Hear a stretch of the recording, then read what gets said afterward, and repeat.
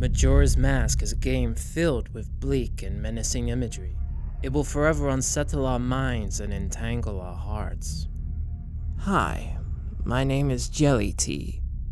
And here's my top 5 creepy things in Majora's Mask.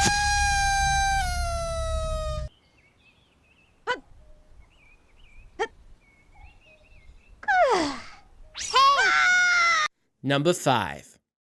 Usually in a video like this, you are likely to get the Happy Mask salesman. He is, after all, hish. But he didn't really bother me when I was a kid. He smiles a lot, which can be a bit unusual. There's also one part of the game where he goes crazy and grabs Link by the shoulders. But at least he's honest about his anger, right? Yeah. Overall, I kind of liked him. Sort of. Not really. But in my opinion, the 5th spot instead goes to the criminal named Sakon. Unlike the Happy Mask salesman, Sakon smiles all the time. His facial expression never changes, even when he's being scammed out of a good deal at the curiosity shop. Even when he steals from an old lady, he's always smiling. His true emotions are never revealed, which makes him out to be a very unnerving character. On top of that, at various times when you go to Ikana Valley, you will actually find him running in a circle. This is what really creeped me out when I was a kid, watching this guy prance around all happy while the creepy music of Ikana Valley lurks in the background. And why does he run around like that all day anyway? You have to wonder what he did with all the rubies he got from his stolen goods. But yeah, Sakon is the last guy I want to get mugged by. Number 4. During the first night in the Ikana graveyard, you can enter an underground cavern. Inside you'll end up fighting an Iron Knuckle, a familiar mini-boss in the Zelda series. But unlike the other battles against him, this one is particularly troubling. The path leading up to him is in a dark and sinister place, with ominous music and invisible monsters. And when you actually encounter him, he is in the middle of a room surrounded by skulls, which lay in what looks like blood mixed with water. I know you can also fight against another Iron Knuckle to acquire the Song of Storms, but this specific mini-boss fight felt much more dangerous and threatening because of its environment and the creepy path leading to it.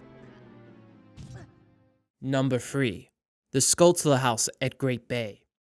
When I was a kid, I didn't really understand that the whole point of this place was to collect Skulltula tokens.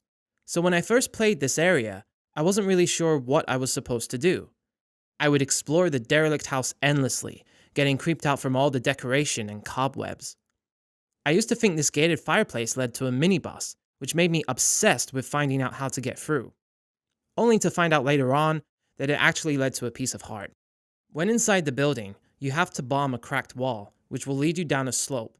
Once you go down, you'll find a door that's barricaded by black bars. It's almost like an entrance to a hellish graveyard. The inside has what appears to be a dining room. And a library as well. There are empty rooms stocked up with various objects and artifacts. Couple this together with the fearful cavern music, and this is one dreadful house from hell. Although, the main thing that freaked me out when I was a kid was the guy seeking shelter. There are a few things that demonstrate how depressing Majora's Mask truly is. Many of the characters don't realize that they're going to die. But this guy thinks he can avoid the impact of the moon by hiding in the Skulltula house. If you collect all the Skulltula tokens, the man will give you something in exchange for the shelter. He'll be disappointed though, because he'll be torn to shreds by the Stole Children. That being said though, without the hook shot, he can't even get past the gates. Another scary point is that if you go back after you accept his offer, you will find him on the floor pleading to the goddess of time. You can find the swordsman behaving in a similar way if you went to his training center with only 6 hours before the moon hits. Number 2, Romani Ranch. This entire area is filled with creepy and unsettling situations. For example, one of the side quests there involves protecting Romani and the ranch from monsters. Or as Romani puts it, ghosts. There's a lot of references to them being aliens though, such as the abduction of cows, which is a common thing, and the bright light transporting them, almost like a spaceship. If you fail the task and Romani gets abducted, she is eventually returned to the ranch a day later. The once cheerful and spontaneous Romani is now lifeless and sluggish. Number 1. You probably saw this one coming. The evil dog from Clocktown. Yes, this evil dog always attacks Deku Link, and yeah, I'm just kidding. At number 1 is Icana Valley. Icana Valley is riddled with ghosts, zombies, this son of a bit, and the most haunting music to grace the 64-bit world. If you ever wanted to advertise this place as a holiday destination, you need only take a quote from Tattle the Fairy. I can't see it, but I sense there's a thirst for blood looming all around us. Oh joy. Icana Valley is beyond eerie. However, it's the music that really sets the mood for this place. You can hear the notes of a low-toned piano and a male godly choir, which sounds like the same sample from the Temple of Time. However, the main attraction of the theme is the ghostly singing that shatters your very soul. I relate to the idea of Melon being the one who is singing the ghostly tune, as opposed to Lulu. I think this is because of the influence that Ocarina of Time had on me as a kid. I played that game first, before I played Majora's Mask. I imagine a zombified Melon rocking slowly side to side, as her wide and broken jaw opens so she can sing the lullaby from her mother, blood curdling in her throat as she serenades the tune of Lon Lon Ranch, and I'm sorry if I just gave you nightmares. Anyway, although this area is dark, there are some more happier things as Palma and her father live here.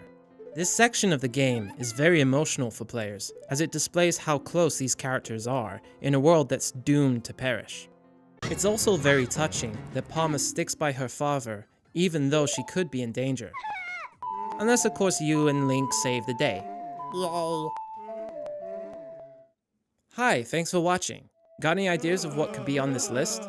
What do you think is the creepiest thing in Majora's Mask? Also, what do you think I could do for my next video? I was thinking top 5 cutest characters in Ocarina of Time.